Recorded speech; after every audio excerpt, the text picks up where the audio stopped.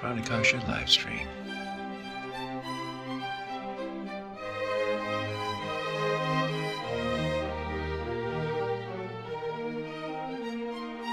Hey folks, it's Matt at Pranakasha Productions, and today we are talking with Abbie Naze, an extremely talented conductor and cellist in the Seattle area.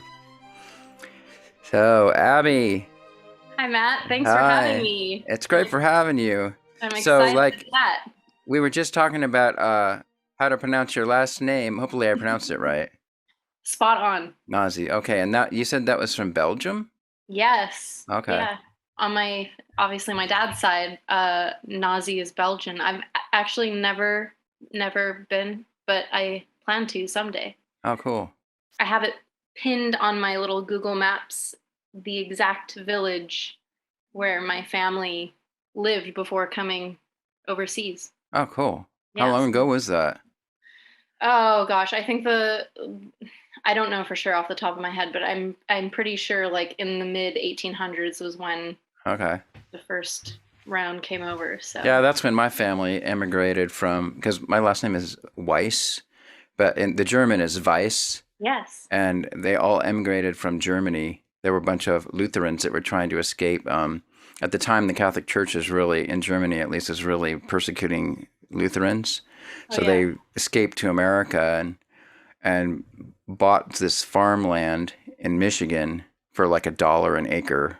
Oh, wow. Yeah, and then ever since then, they've been passing the family farm down through the generations. But I think you should go back to the original pronunciation. I love that. Weiss. Yes. Yeah. Unfortunately, I don't really speak German.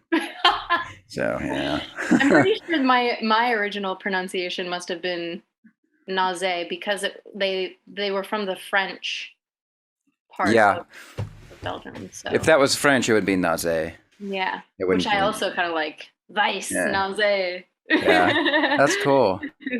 Wow. So so we know each other. So I know you because I play in Bobby Collins's orchestra, who I just interviewed like last week. Yes. And his orchestra that I play in is Seattle Festival Orchestra, and you've been like the substitute conductor while he's been out of town. Yes. And you're super good. So I was like impressed.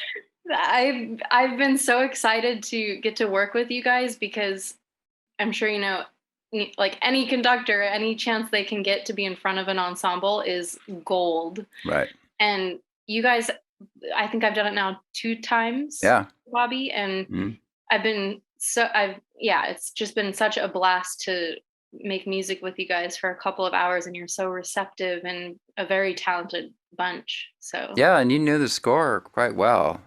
So I studied. Right, yeah.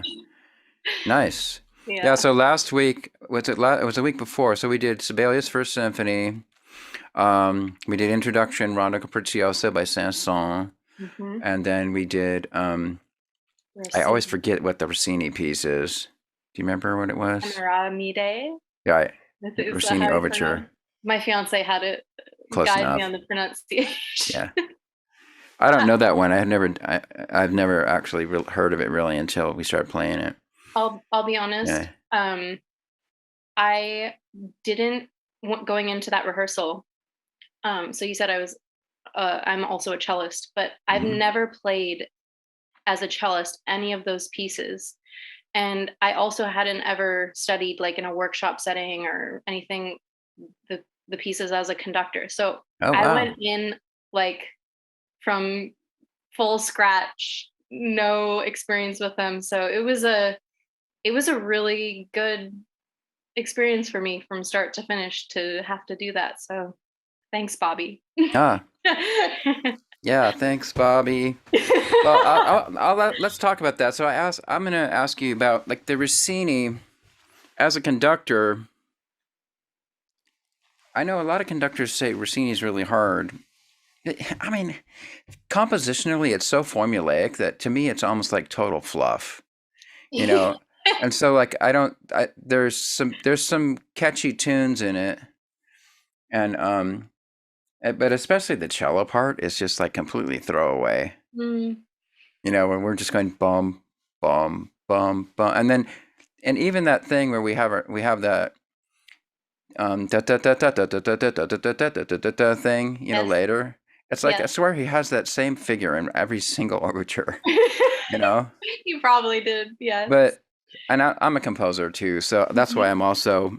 I mean, I like Rossini, but it's not a piece that I could listen to over and over again. Like I could listen to that Sure. piece once Mm-hmm. and enjoy it, but after Yeah. that, it's like to me, there's no depth to it at all. So it's Yeah. like, well, he's doing the same formula he does in every single other overture, Yeah. you know. Yeah.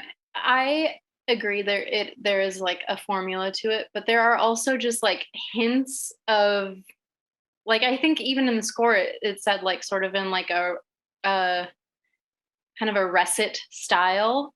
Right. And um some of those spots can seem to be tricky initially, especially if you're like stuck in this like that very formulaic sort of mindset. Uh-huh. But I don't know. I would like to think that Rossini would have been a composer that would have expected his performers to really just go for it and make it somewhat Something of new, their yeah. somewhat of their own and in that sort of improvisatory style. Yeah, I can see that. I don't I mean, know. like, I mean, if you go, any overture is going to follow some kind of formula. Like, I mean, Sure. you could say like the Mozart opera overtures are formulaic, but thing is like when Mozart does it, it's so much more interesting because he's Yeah. still like he always challenges himself and always does some new thing with it, you Mhm. know. Yes. Where it's just like with Rossini, it's just like, well, he's just using same frickin' template. You know, but then he does some beautiful stuff like the I really like the horn choir in it. I think that's Yes. beautiful. Beautiful. Yes. Yeah. I And agree. so, and like, of course, like the opening to the William Tell overture is super beautiful, really well Yes. written. And anyway, As a cellist, I think like most low strings uh musicians, I definitely had a stage where I was like, ugh, Mozart, ugh, Vivaldi, like this is so boring. yeah, I'm so grateful I had teachers that were like, no, no, no, no, no, like this bass line like really makes or breaks this whole structure and taught me so many very intricate ways to really bring out bass lines and in support of the melody and harmony, and it made it right. like night and day way more fun for me to play repertoire like that. Yeah, yeah. Well, yeah, I'd go in. Um, of course, Bach bass lines are super cool, Yes. and but Vivaldi and Mozart. See, like Mozart bass lines, I don't find that boring. I guess it depends how early it is. But I Sure. remember I even played like the divertimentos. Dun Hmm. ta dun ta dun ta dun. I mean that's fun. Yes. And because what Mozart usually does something where like even though it's a quote standard bass line, Hmm. for that kind of chord progression, he always does something where it still like has a relationship to everything else that's going on, and like it Sure. has a certain melodic element to it. Sure. Or even if And it does get like a tiny bit boring, he switches it up at that point anyway, and you're on to some new idea. yeah, and you get some kind of lick. You get to Yeah. do something, Yeah.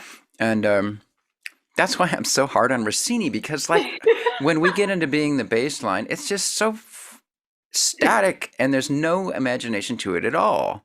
Yes. It's just like completely just, okay, this is the bass line that's going to be used because here's the chord progression. And this is what I'm going to do. Well, you convinced me the other night at rehearsal that you were having the time of your life. So Yeah. kudos to Yeah. Yeah. you. Yeah. So then, well, then the Sibelius, totally Yes. different deal. Like the Oof. cello part in the Sibelius has What got a tons what of a stuff feat. in it. Yeah. Yeah. He goes the opposite. Like, okay, we're not going to get too stuck on this, but so Sibelius's cello part, I'm like, what the hell is he doing sometimes? Like, like in the spot where the it's the oboe is playing the melody. I'm pretty sure it's the oboe, and it's in a low range. And the cellos are doing that thing that's like.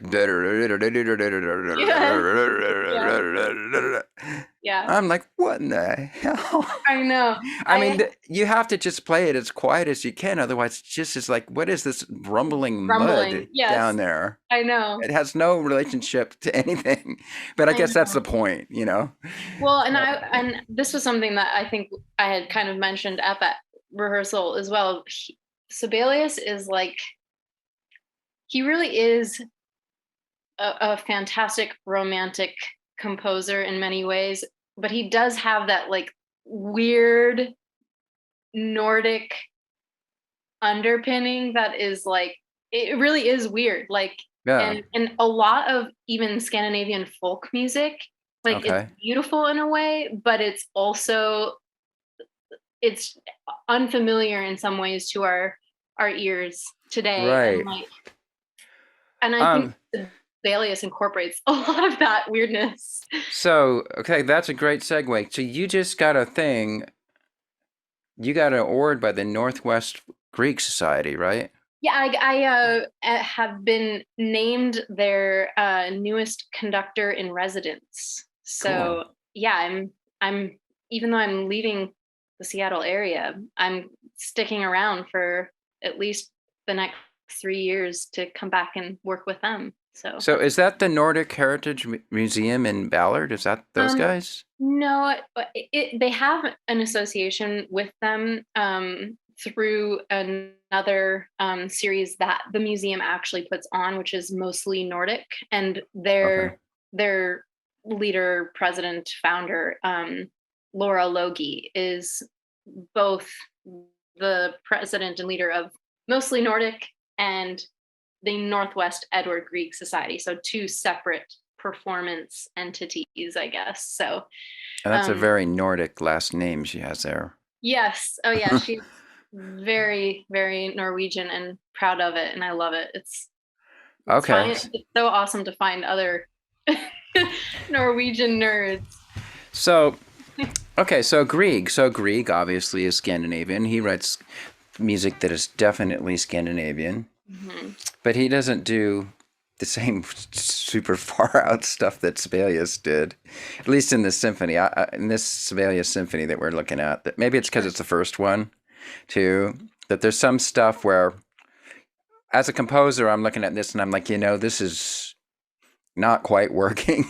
So then, as a conductor, you have to figure out how to sort of deal with it, right? Yes, that's exactly it. It's like you have this stuff in the score in front of you, and you just like find any little signpost that you can to guide you through not just a section or a movement, but the whole piece. It's massive in trying to understand it. It's a lot.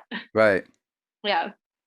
It's a neat piece. I mean, the more we rehearse it, the more I like it, because we figured out. I mean, we figured out how to sort of fix some of the really strange stuff. Yes. The other thing in it is like that bit about where you're supposed to play all these eighth notes that are a 16th note off, and then later it changes to be on the beat. Well, you were saying I'm like, this is crazy. I mean, what the heck is he thinking? How's the audience supposed to? I mean, basically what happens is it just, from the audience point of view, you just hear something that sounds a little bit fuzzy, and then it kind of comes into focus. Yeah. So from my point of view, as long as you create the fuzziness, good enough. I mean, don't spend half the rehearsal trying to get everybody to play exactly a 16th note off. Totally. Yes. I've never seen that in any other piece, any other composer trying to do that little orchestration doohickey. And I don't know, I wonder if he ever does it again either. It sounds like Sibelius is one of those composers that you should probably have on your list of like, I need to have a beer or a coffee or something with this man so I can talk to him about the crazy stuff that he's written. Yeah, I gotta find a medium that can channel the spirit of Sibelius. Well, you were saying earlier, like the comparison of him and Edvard Grieg, and this is kind of a little bit of a dig as a Norwegian to the Finns, but I think they just have a very different way of life in Finland, up in the dark, cold, dreary land. I know it's not like that all the time, but I do think that some of that has colored some of Sibelius's ideas and compositions, and why some of it is, like you said, fuzzy or just a little odd. Yeah. The other part that, of course, I'm experiencing this from the viewpoint of a cellist. Mm-hmm. The other really weird thing in that symphony is that spot where in the slow movement where the cellos go into like 4-part harmony, 3 or 4-part harmony. Mm-hmm. And it's a pretty tight harmony, right? Yeah. Yep. And there's all kinds of other stuff going on. So like when you put it all together, you're like, you can't even hear it. So I'm like, why did it even bother to make us do this? You know? I know. So anyway, enough of that. So let's back up a bit. So I see, so you're the music director at Our Lady of the Lake. Yes. And I'm pretty sure I played a wedding there recently. You might have. It's a beautiful space, beautiful acoustics too. Like strings, voice. It's a beautiful space. It's up in Wedgwood. Oh no, the place I played at was in Edmonds. Okay, Wedgwood. Our Lady of the Lake in Wedgwood. What's the cross street? 35th and 89th. Interesting. Mm-hmm.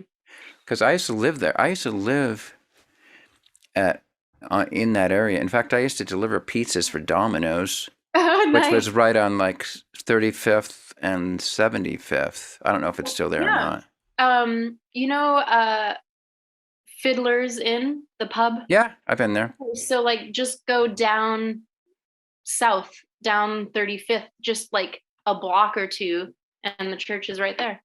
Well, I've driven by that church a billion times. Like, I mean, so this was like in the early 90s when I was going to the UW. Mm-hmm. I was delivering pizzas, and 35th was the road we'd go along all the time to go north or south. So I'm sure I drove past it all the time. It was there, Matt. Okay. Wow. You were too focused on those pizzas. Yeah. I'm listening to my car stereo. Nice. So yeah. What was on during that? Good question. Well, sometimes it was King FM. Oh yeah. Sometimes I was listening to mantras because I was really into yoga at that time. Ooh. So I was listening to like Om and stuff like that. Really, and other times I'd be listening to, you know, like rock and roll. I'd be listening to like Led Zeppelin or Van Halen or something like that. It depends on what kind of mood you're in. Yeah. But whatever it was, it would be cranked. You'd be really blasting it while that was the fun thing about delivering pizzas is every time the place got busy, you were always out in your car. Yeah, driving so that around, made it fun. Music. Yeah. So you're in your own little space. Wow. Okay. So, and then I see also that it says, like I said, I'm looking at your website. Yeah. So you conducted the comp. So is the Our Lady of the Lake Compline Choir isn't the same as the St. Mark's Cathedral one, right? No. So okay, one of my best friends, a UW student who has one of the most amazing tenor voices ever. Like every time I hear him sing, it melts me. He has for a long time been a part of the St. Mark's Compline Choir. Okay. And I think yes, it certainly was right before the pandemic. And they right around the time they were going on tour, I think they were like overseas in like Estonia or something like that. I just like had this thought like, man, their choir is beautiful. I love going to hear them, but like, why the heck can't we have a female voice Compline choir? And I was like, you know what? I am a music director at a church. I can do this myself. And like right around the same time while they were on tour, they invited a female all-female Compline choir to sing at St. Mark's for those Sundays that they weren't there. So it Oh. was kind of like, oh, we're all thinking on the same page. So I got together some of my friends and colleagues in the Seattle area and put together an 8-voice Compline choir where we did, I think, like 3 or 4 Compline services before the pandemic. Wow. And it was a blast. Really beautiful chant, and I love that stuff. oh yeah, it was really beautiful. And our pastor at Our Lady of the Lake, Father Tim Clark, he for many years was actually a part of a monastery in Oregon, and so he's very into and supportive of really incorporating things like Compline service or like Vespers and things like that. So he was all on Nice. board with starting this up, and we just really jumped into creating a very beautiful evening prayer with music, and it was great. Wow. Yeah. So as the music director, do you also sing with the choir? Yeah. I don't, if the choir is singing as a whole, I tend to be directing them, but I'm very regularly one of the cantors, if the Cool. choir isn't available, which I honestly, I've been singing my whole life, like in children's choirs since I was like 6 or 7 or whatever. And then I took voice lessons in college and was in choir at undergrad and at UW as well. Cool. But I have been singing a lot more in this job, which has been really good for me, and it's good for me to sight read, and yeah, it's been beneficial. Wow. Yeah. So you're an alto, right? Okay, well, that's a good question. I feel like I've been an alto my entire life because I've always been tasked with doing the alto part. Because you have a deep voice. That's why I say that. Yeah, well, Yeah. and I thought so too. And then just in like the last year, one of my best friends and my fiance at the same time were like, actually, no, we agree that we think you are a soprano, maybe a lower soprano, but Mezzo soprano. yeah. And Yeah. I just happened to, I think when I was younger, it was because the alto part was harder because it wasn't the melody. And so because I was a solid musician, my teachers just kind of threw me on the alto part, which was good for me. Okay. So yeah. So how low can you go? Oh gosh. I honestly, I don't think I can sing really that low. Probably like an E below middle C. Oh, wow. But it's That's like pretty low. yeah, I guess. But it's like I can barely get there. It's like hit or miss. Trying to think. So that's no. Wait. So that's definitely below middle C. So that's definitely in the tenor range. That's for sure. Yeah, it That's would in be. the middle of the tenor. Mm-hmm. Wow. Neat. That's cool. Well, oh, my computer ding. Did you hear that ding? I didn't hear it. Oh, I heard it. Oh. It's saying something, but anyway. So it's right now your main gig is a choir. Then I also saw that you studied at the UW, conducting at the UW. Mm-hmm. Yeah. Who was that with? So I studied with both David Robbie, who was kind of like my full-time teacher, who Okay. really is the person who runs the program and has really built up the orchestra program there. Okay. But I also was able to study through UW with Ludovic Morlot, the Oh, previous cool. conductor, of Seattle Symphony, Nice. which was an amazing experience. And he's such a wonderful mentor. Both of them are wonderful mentors for me. That's neat. Yeah. Wow. And Yeah. then I know like Bobby is doing like the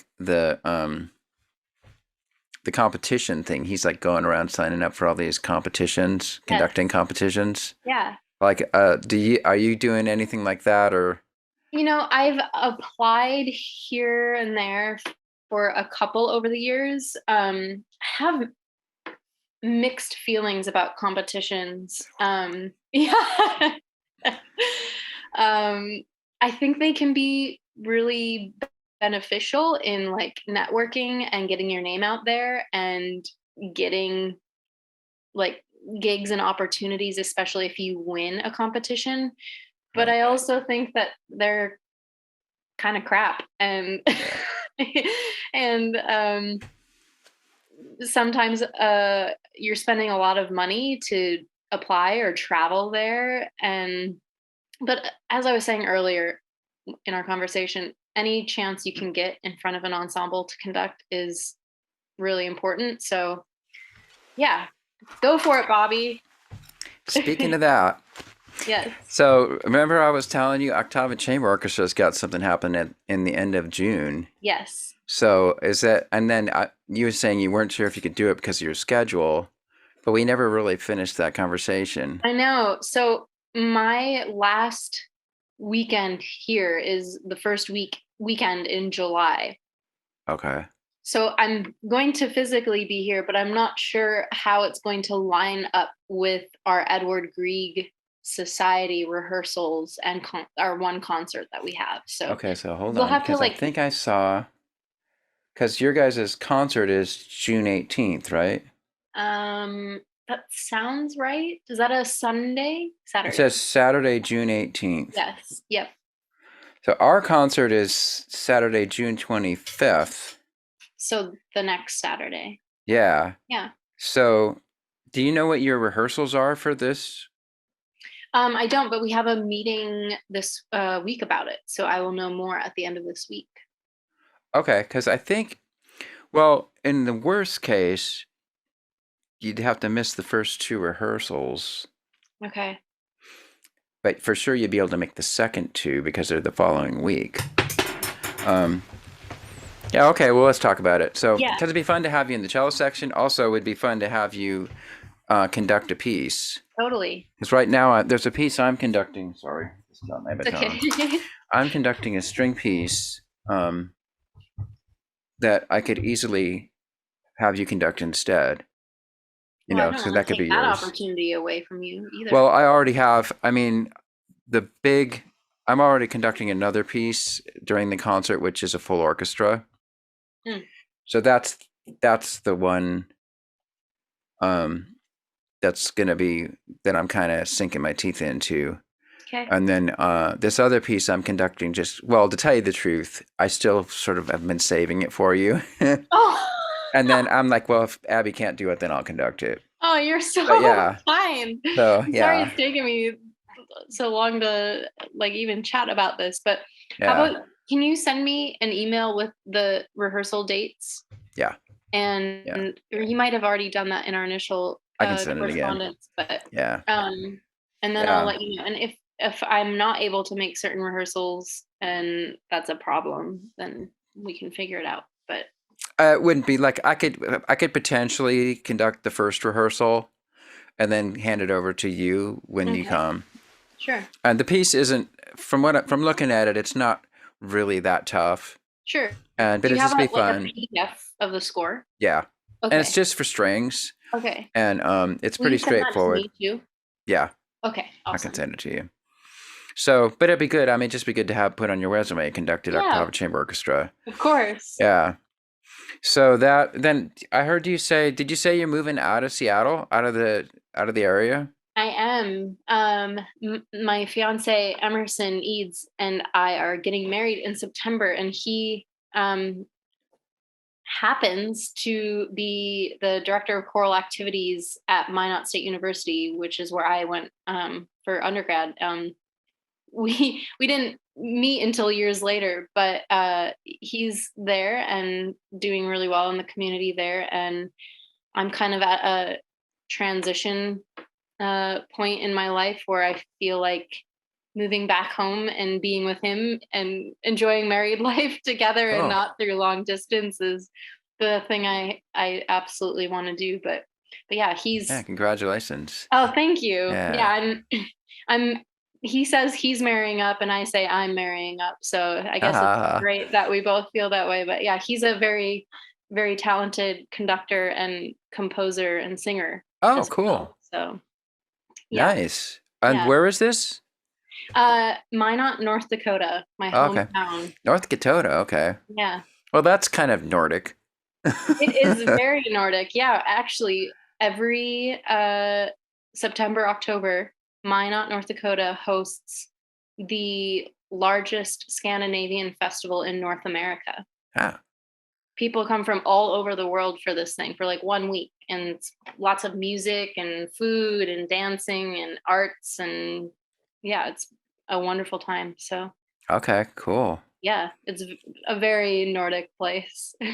So he's a composer. Do you also compose too, or have Oh any interest in gosh, that? no, I no, I I have composed, but only because I had to pass a class. Theory class. Yeah. Yeah, but no, I have ideas from time to time, and I Mhm. love, like, one of the beautiful things about marrying a composer is you get to like see the slow process of a piece from start to finish, Mhm. and like I love getting to kind of throw my ideas out in that way, but like I couldn't, I don't have it in me, I don't think, and I don't have the patience to really pull out those musical ideas, and Mhm.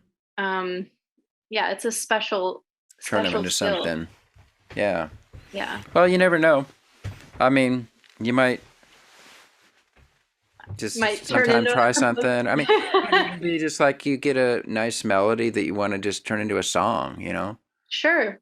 you know, and then once you do it a few times, you sort of get some confidence and build from there. Sure. Wow. Yeah. What is his music like? Is there a way to describe what his Oh compositional style is? gosh, no one has ever asked me that, and that's a really good question. I'd be curious to hear what he would describe it as. Um, Gosh, he can compose. I think in various styles. Hmm. Um, I don't know. Is it Honestly, mostly choir music that he does, or? he does a lot of vocal music, but he can write for really any instrument, and even if he's not familiar with the instrument, like Mm. he finds his connection and figures it out and really jumps into it. But like just recently, he um, wrote a composition for the Puget Brass. I don't know if Oh. it's Puget Sound Brass or Puget Brass. So yeah, and organ with that Oh, cool. ensemble. So yeah, he can do it all. But he also wrote a mass. He has a Oh, recording out, nice. actually, a mass. It's Great. called Mass for the Oppressed. But Wow. Google it and you can find some recordings. But Okay, we'll put it in the description. oh yeah, Yeah. Mass for the Okay. Oppressed, Emerson Okay. Eames. Wow. Yeah, That's so neat. he's very very talented. Yeah, it's good. We both challenge each other, but in a healthy and supportive way. So So now you must commission him to write something for solo cello that you can perform.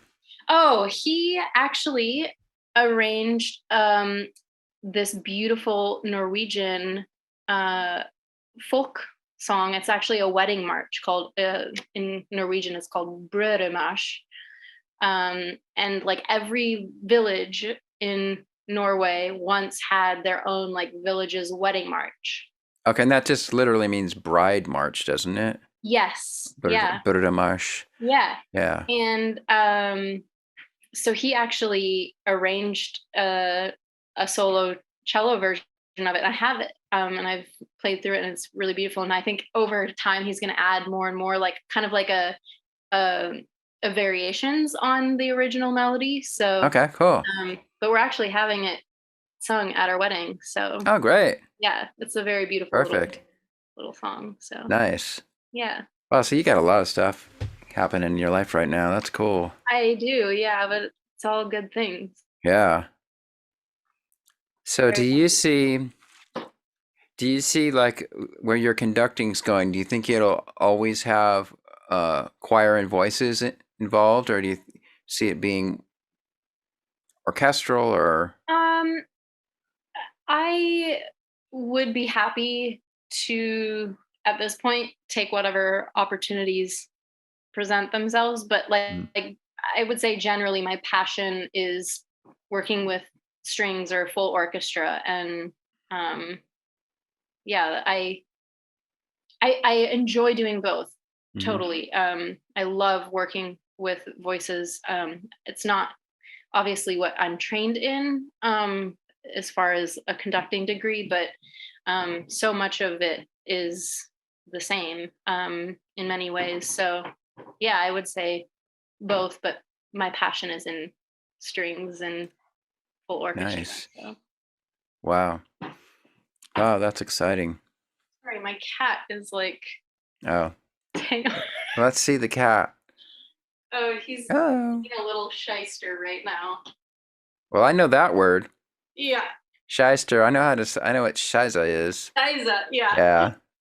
Hi, kitty. Yeah. Okay. Well, funny thing is, there's a neighbor cat that looks exactly like yours. Oh, really? It's always in our yard. In fact, I discovered actually there are 3 neighbor cats that all look alike, and they all come to my yard. Yeah, I think they're from the same litter. No, when I was little, I grew up with cats. Oh, okay. And I had dogs too, but as an adult, well, actually, with my first wife, we had cats. Okay. And then, but then when I got remarried, I haven't had any pets since me and Bev got married, and that was like 17 years ago. But however, she's not a cat person, but she kind of likes certain dogs. So we have dogs sat a lot. We've had dogs come over and stay at our house, and even for like a weekend or something, and so that's fun. Yeah, a little taste and then send it back home. Yeah, that works. Kind of like being an aunt or an uncle, like. Yeah, or a grandfather type of thing. Yeah, so that works. Wow. So so then so when you were at the UW, did they have you take cello lessons too? Was that, or was it all strictly conducting? It was all strictly conducting. I mean, I did play cello for things once in a while, or like jumped into the orchestra for fun, or to, I don't know, add more sound or whatever. But no, it was 2 years of just focusing on conducting, which, like, I really can't say enough about the experience I had at UW with David and Ludovic. Like, I got to conduct 3 concerts a year with just the like lab orchestra, you'd call it, essentially an orchestra that's there. It exists for the conducting students. Okay. Certainly those students are learning repertoire and getting to perform it, but the ensemble exists really for the conductors to have a weekly rehearsal. So I would. When I was there, they didn't have that. Yeah, as far as I know. Started in like 2014, 2015. Okay. Yeah.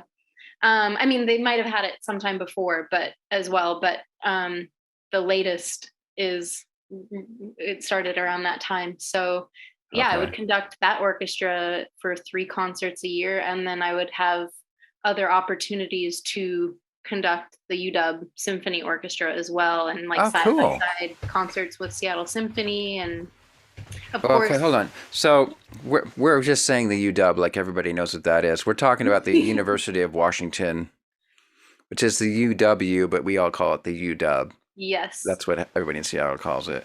Yes. So you got to conduct the Seattle Symphony? Yeah, it was like side by side. So not the full symphony, but like members of the symphony to do a side by side concert, which they do. I know a lot of with like some of the high schools and stuff. But every couple of years, I think they do a UW Seattle Symphony side by side concert. At Meany Hall, or was it at Benaroya? Yeah, I think they actually alternate. Sometimes it's at Meany and sometimes it's at Benaroya. Cool. But yeah, I did a fanfare for the common man. I just heard it on the radio like 2 days ago. Powerful. Yeah. Yeah. But yeah, it was a really great experience. And then of course with Ludovic, I was privy to whatever rehearsals I could have time to attend, and Hmm. could ask him whatever questions, and um, go to those concerts, work in their library at Seattle Symphony. I also did, after graduate school, some work in their like sales office for subscription concerts and stuff. So Okay. I've had great connections with them over the years. So Mm. yeah. So how's it going to work when you're married to a conductor? Are you guys going to be like competing with each other? You know, you're not the first person who's asked that. And thankfully, I think we both are in our kind of a different area of conducting, just enough that we're not really looking for or applying for the same jobs. Okay. Um, so, yeah. So, but okay, there's a cat. Hi. What's the cat's name? Sushi. Sushi. Yeah. That's a good name for a cat. He's really not supposed to be up there. He just had an at-home vet visit today, and um, it was stressful. He's not a good vet cat anymore, and so we're trying at-home stuff. Hmm. There he goes up on the fridge. Oh, good one. Yeah.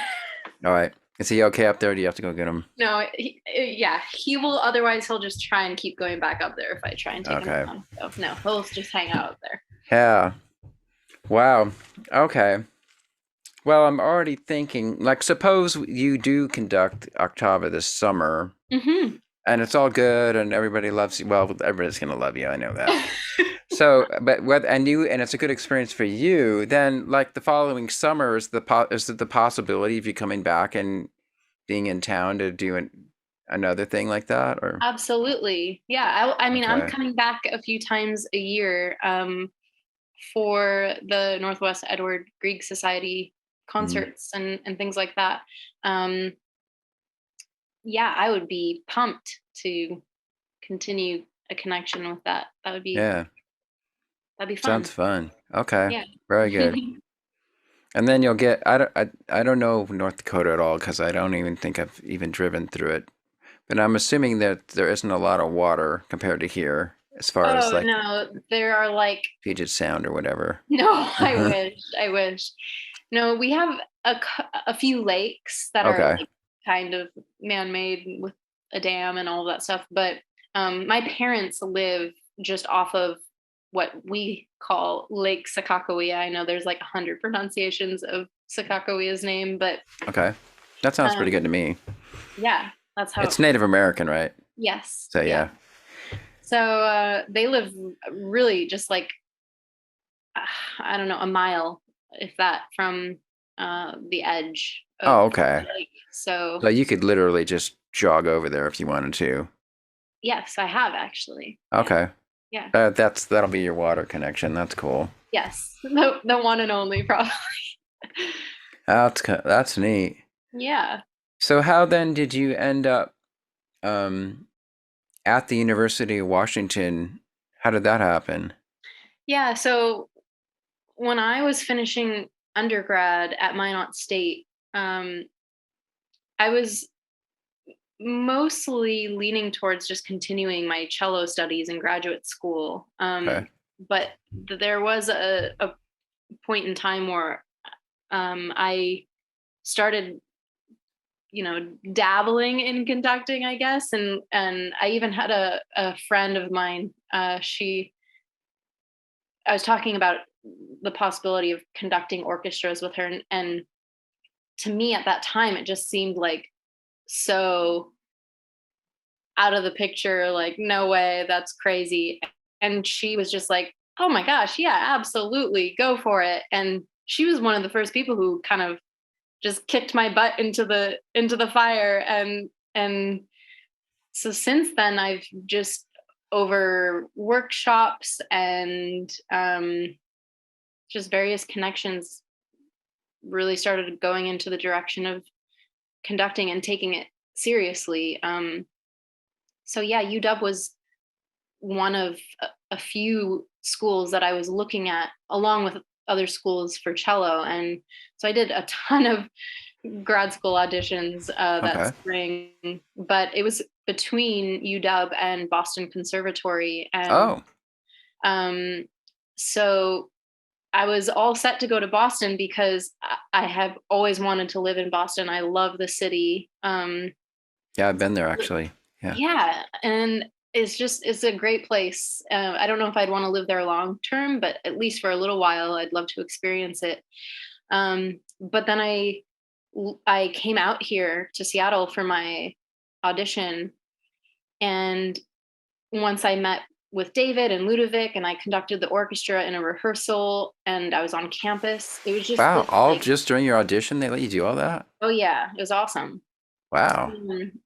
Yeah, I immediately had this feeling of like, oh yeah, this is where I'm supposed to be. And I got on the plane and flew back east. And once I got the acceptance letter from UW, it was kind of a no-brainer getting to study with David and Ludovic and having the connection with Seattle Symphony. And yeah, it was nice.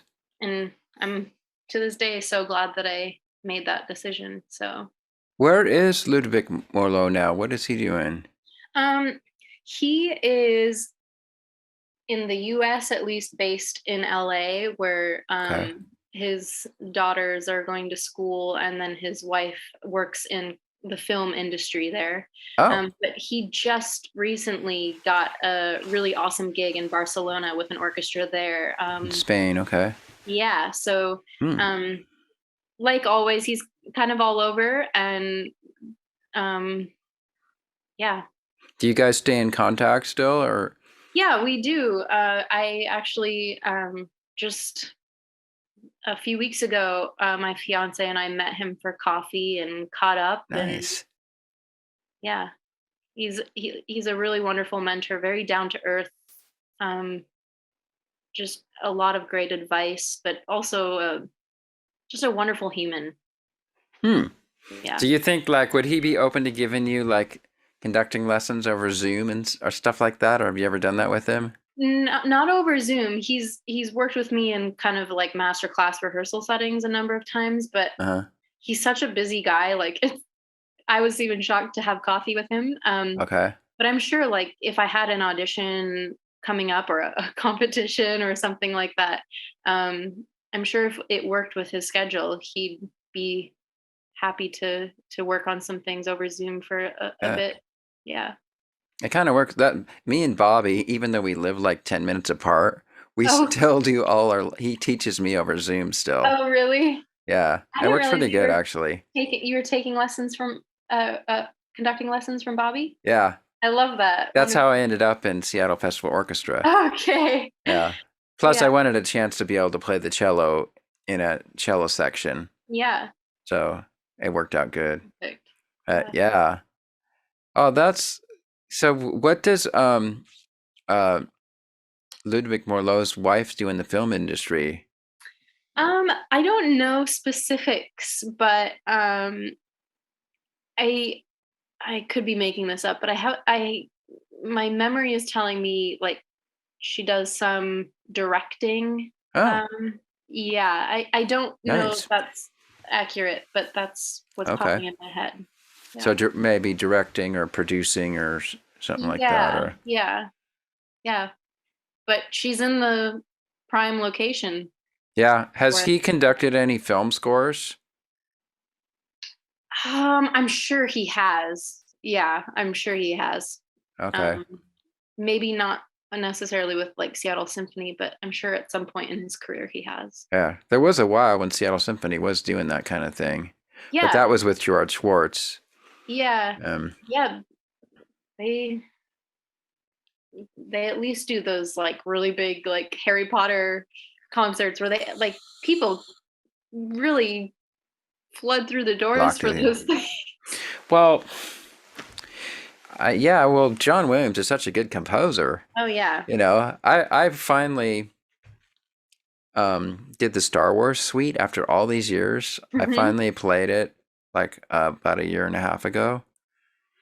It was a great piece. It stands by itself, and it wasn't the watered down version. It was the real Star Wars suite that he put together.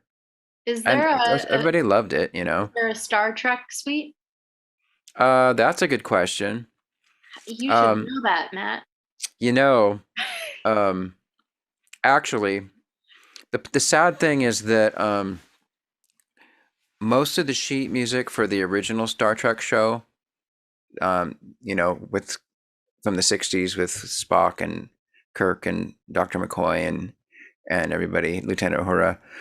From what I heard, most of that sheet music is lost. Oh. Because they basically just recorded it and then threw it out, I guess. Who would ever do that? Always save, always save. Yeah. But I do know, I mean, you can get CDs of some of that music, and I think what they did is they retranscribed some of it or tried to put it back together again and do it. So yeah, that music actually is really good. It's super easy to take that stuff for granted because you sort of just associate it with this sort of kind of dated, almost corny 60s style of a show. Sure. But actually, if you listen to it, especially from a composer's point of view, you're like, whoa, this is really interesting. Special. They're doing all kinds of 20th century techniques and stuff, and it all is really cool. Yeah. And there were actually, for that show, there were 3 different composers. There was Sol Kaplan, Gerard Fried, and Alexander Courage. All 3 of those guys wrote for that show. Yeah. Nice. Yeah. So, wow. Okay, let me ask you another question then. Of course. Here's a cello question. Okay. How are we doing on time? Okay, we started at 7, right? Okay, yep. We've been doing about an hour. So, when you play Bach, like I know the whole Bach First Suite, of course. That's about the only one I know so far. And there's lots of different ways to interpret it. But I like to do kind of a hybrid of Baroque and Romantic interpretation of it. Like, well, the prelude, da da dee da dee da dee da dee da dee. I actually do a pretty romantic version of that. So, rather than try to just do it all Baroque. So, like, what's your approach to that? I love that you just said that, the mix of Baroque and Romantic, honestly, because I feel like so much of it does have a romantic feel or can have a romantic feel, and needs that like room to breathe and like stretch and pull in certain areas that maybe not all Baroque music affords. Right. But yet there is something so like beautiful and like organic and earthy in the Baroque style that you don't want to lose by just throwing it all into the Romantic style. Right. Well, obviously it came out of the Baroque period, right? Yes. So, I mean, that's gotta be where you start. Yeah. Because all the gestures and everything is Bach. But one thing about Bach, of course, is like, I mean, we always consider him to be like the foundation of Baroque literature, but in fact, he was more like the rebel. And he did all kinds of really weird stuff within the Baroque style. So like for me, like that opening one, I kind of consider it like an organ prelude. So there's a lot of, like you said, a lot of pushing and pulling, and the rhythm in that movement can be really elastic, and you can try to pull stuff out of it. So that one, and then I kind of do the same thing with the Allemande. That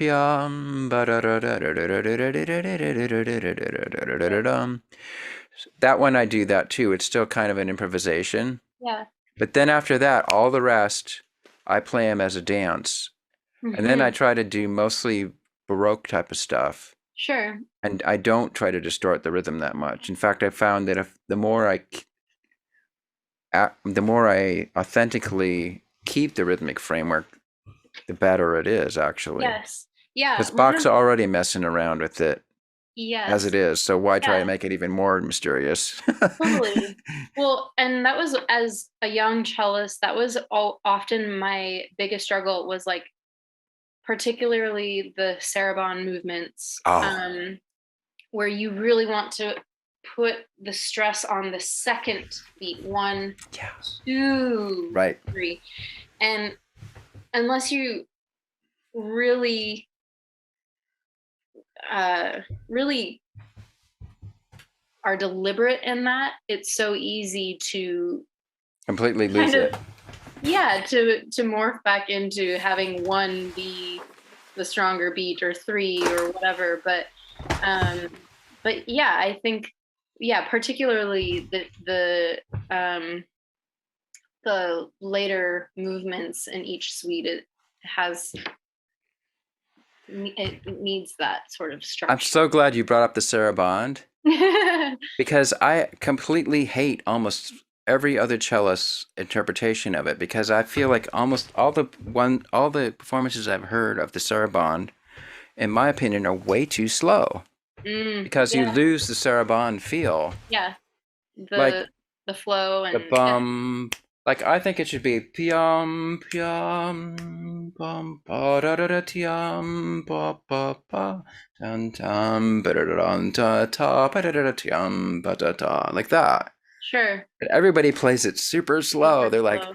tum pa da ta ta ta ta ta ta dum ba dee dum pa. One of he's a little less romantic and more baroque in his playing, but one of my favorite cellists, with their Bach recording, is the Norwegian Trollsmorg. And I'm laughing because it's like, okay, all things Norwegian, but like, Right. really, he has some of my most favorite uh versions of the suites that I've ever heard.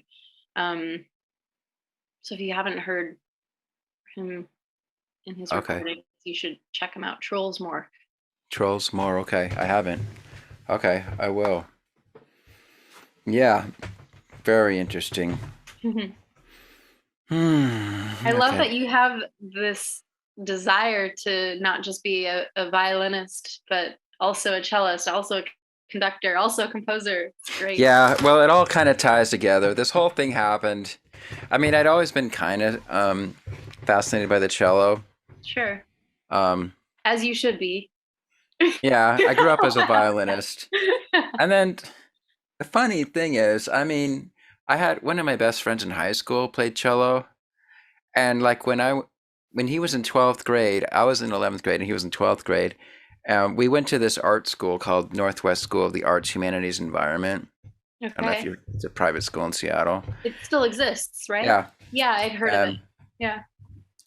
Well, he brought his cello to school just about every day. And he used to like, we'd have free periods and he would like practice his cello. And I would sit there and watch him practice the cello for, an hour or whatever. And so, but the funniest thing is back then, I never thought that I would learn how to play. I just was kind of fascinated by it. But so it's really funny that now I'm actually playing the cello so many years later.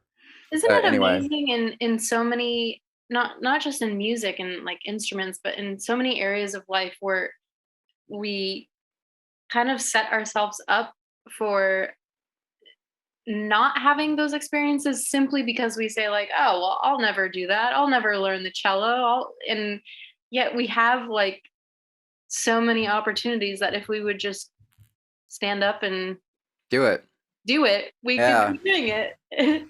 Well, sometimes, at least for me, some things just you have to plant the seed and then it takes sometimes several decades for it to Yeah. finally re-emerge and you're like, oh, I should do that. Yeah. But anyways, what happened with me is don't ask me how, but one day, 15 or 20 years ago, who knows how long it was, I got the idea to write a cello concerto. Oh, So I started madly writing the first movement, and like within a couple of days, like maybe a week, I'd written the first half of the first movement, and then as what happens with me, I kind of shelved it and just let it sit. But then I started trying to shop around, trying to get cellists on board to learn it. And in fact, my current cello teacher was the first person that I asked to try to learn it, to play it. But I could never get him interested in it. He was like, well, it looks cool. But then that was it. He never even. So it kind of bugged me. Anyways. So you took it upon yourself. So then at that point, I was like, you know what? If I'm running a cello concerto, I better just start learning how to play the cello at least well enough so that I can figure it out and write stuff that lies well in the cello. Sure. So that was the idea. And then, so I started dabbling on cello, and I got a cello and goofed around on it for years. And then about 2 years ago, I'm not sure how again, but I got the idea that I should get myself a better cello. And the next step. That's when you know you're committed, Matt. Yeah, because my previous cello was like it was a decent student cello, but it was only worth like $1,500. Okay. And the A string wasn't very good. It was really hard to play up in thumb position well, and I wasn't good enough, so I just thought I just wasn't good enough to play up there. But anyways, somehow I ended up at a violin shop and played a good cello, and I'm like, whoa, this is way different. Makes a big difference. Eventually, several months later, I ended up buying that cello, and so now I have a really nice modern cello. Nice. So I went from a $1,500 cello to this one's worth about $6,000, but it plays like a $20,000 or $30,000 cello. It's really nice. Wow. So then I was inspired. Yes. And then pretty soon after that, I started practicing and learning. I started learning the first suite just kind of by myself. Mm-hmm. And then one day I realized, you know what? If I'm really going to do this, I need to get a cello teacher. So I asked the conductor of Octava's son if he would teach me cello via Zoom. And he said yes. And then, what do you know? After I started taking lessons, I started getting way better. And then I was like, after doing lessons with him for a while, I was thinking, you know, I got my cello concerto, and I thought, I had decided we were going to do my cello concerto this summer, and I had another cellist lined up who was learning it, and the first movement, but then he was still kind of stalling, and I finally asked him. I finally realized, you know what? I'm almost good enough to play this myself. So I emailed him and asked him I said, would you be heartbroken if I played the solo part this summer? And he's like, nah, go ahead, go for it. So that's how it happened. So nice. I was going to play the first movement this summer, but then I got inspired, and the short version is I wrote a new second movement, and then I finished the last movement. So now we're playing the whole thing this summer. You are going to play the whole thing. Yeah. I love that. Yeah. And it's, really, I mean, cool. It's good one of these things where I'm just biting off more than I can chew, but I kind of look back, and that's the way to do it. You just got to commit to something. Sure. And light a fire under yourself, and then. Yeah. It's how you grow. Like, oh crap. Now I got to figure out how I'm going to pull this off. Yep. But, so that'll be in about a month and a half. But I also lit another fire under myself because I started recording my lessons, and I've been publishing my lessons on my YouTube channel. Wow. So people can see me, it's actually really fascinating because you can see like the composer trying to learn his own piece. Sure. Which is just that is a mind bender right there. Yeah. So that's cool. Yeah. So it's going to be good. I'm really excited, and it's really funny because on one hand, I'm really love the piece as a cello concerto, but in a lot of ways, I'm almost more fascinated with the orchestra part from a composer's point of view. So I'm really interested to, well, obviously to perform it, but also just to be part of the experience of a real orchestra of real people playing my piece with Bobby conducting. So it's going to be fun. Yeah, it's not very often that like you hear of composers obviously being in the audience. You hear of composers conducting their piece, but it's not very often you get a composer who's performing it as the soloist. Well, you've got Rachmaninoff. Okay, yeah. You also have Mozart. He performed all his piano concertos. Oh yeah, I suppose. Yeah. And I'm pretty sure Beethoven performed his piano concertos. He must have. Huh. Yeah. And I'm not sure about Mendelssohn. So you're right up there with all the big dogs. Well, but I mean, here's how I think of it. I mean, it's just a given that your typical rock band has to write their own music and perform their own music. Everybody says, well, that's how it is. Duh. Mm-hmm. So why isn't it that like that in classical music? You know? Yeah, that is an interesting separation. Huh. Yeah. Where the music, I mean, over in classical land, you have composers and musicians, and they're like two different people. But in the pop world, the composer and the musician are the exact same person. The composer and the singer are oftentimes the same person. Everybody's like, well, of course, that's just how it is. Duh. You know? So when I think of it like that, then it doesn't seem like that strange of a thing. Totally. Yeah. Well, good for you. So I'm looking forward to hearing your next composition. I'm trying to see, I really think that especially since you're a conductor now, and so you have all that exposure to these scores, and you're studying scores and figuring stuff out, that at some point, you think it'll spark? I think you could do it. Yeah. I mean, you don't have to write a giant piece that's for orchestra. You can just write a beautiful song.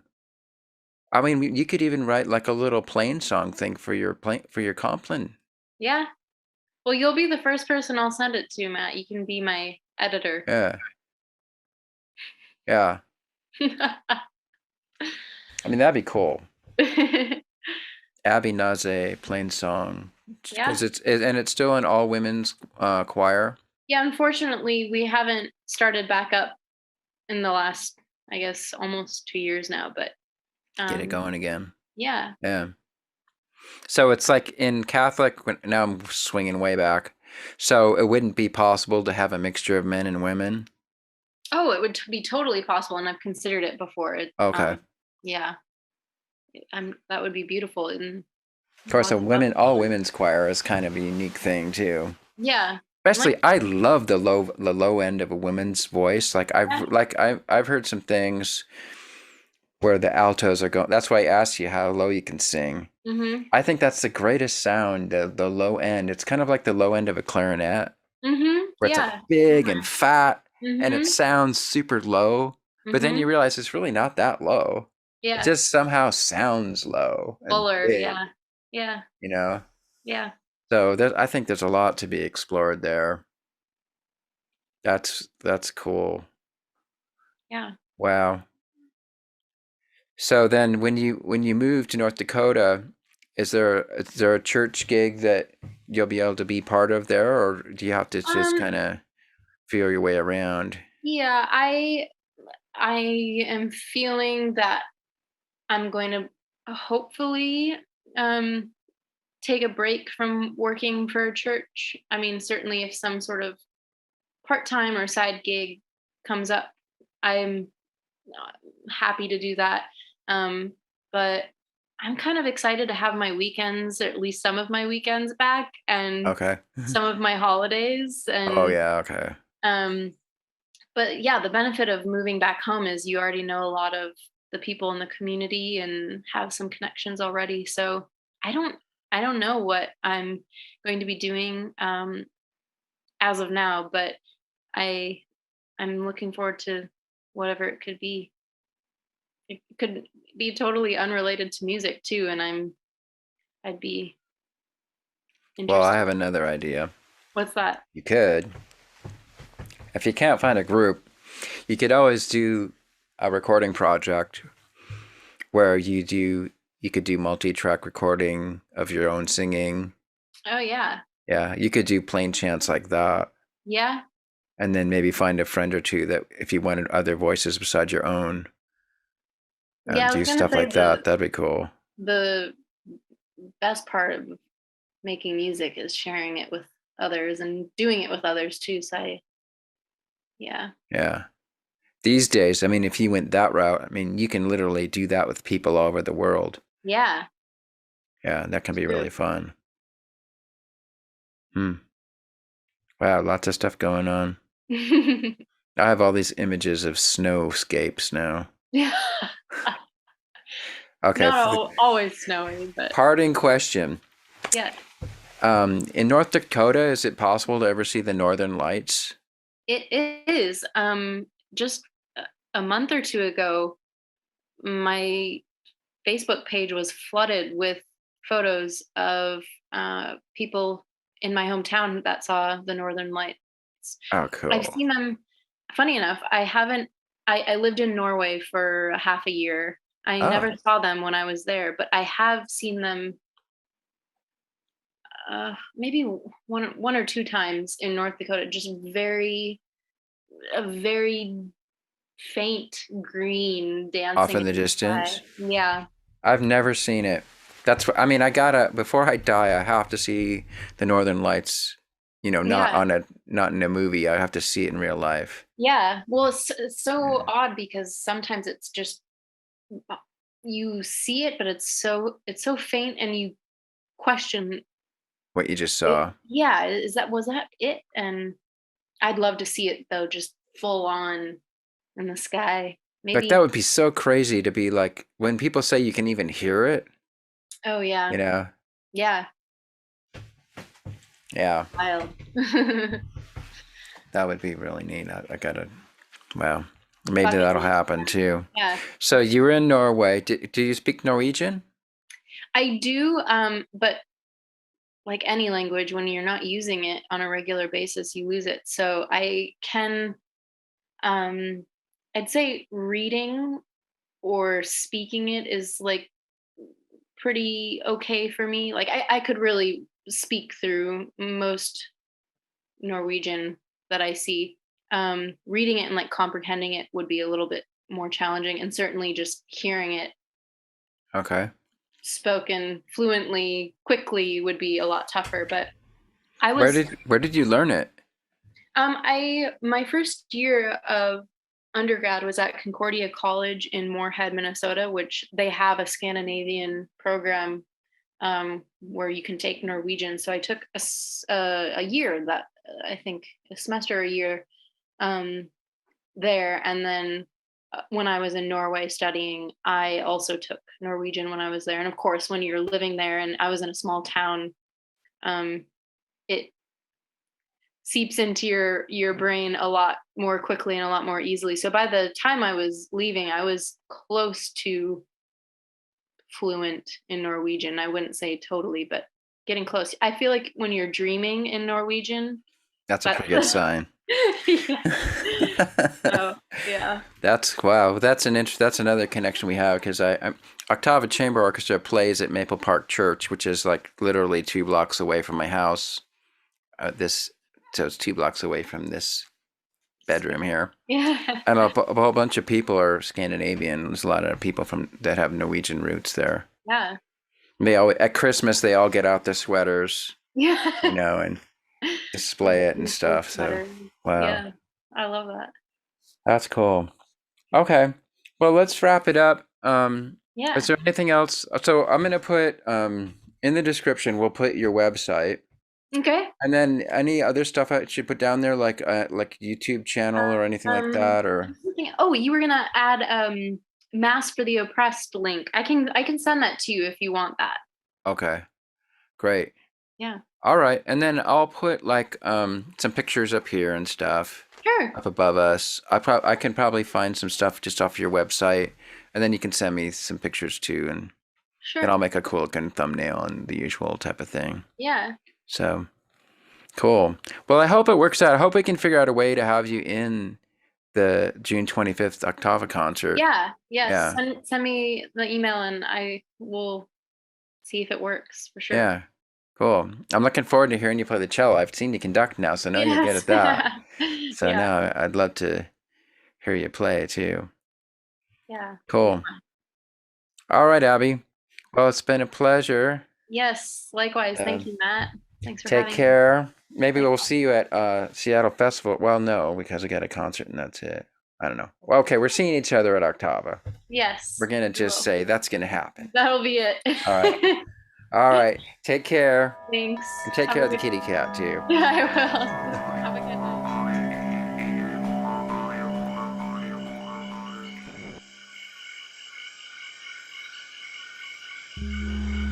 Pranakasha production.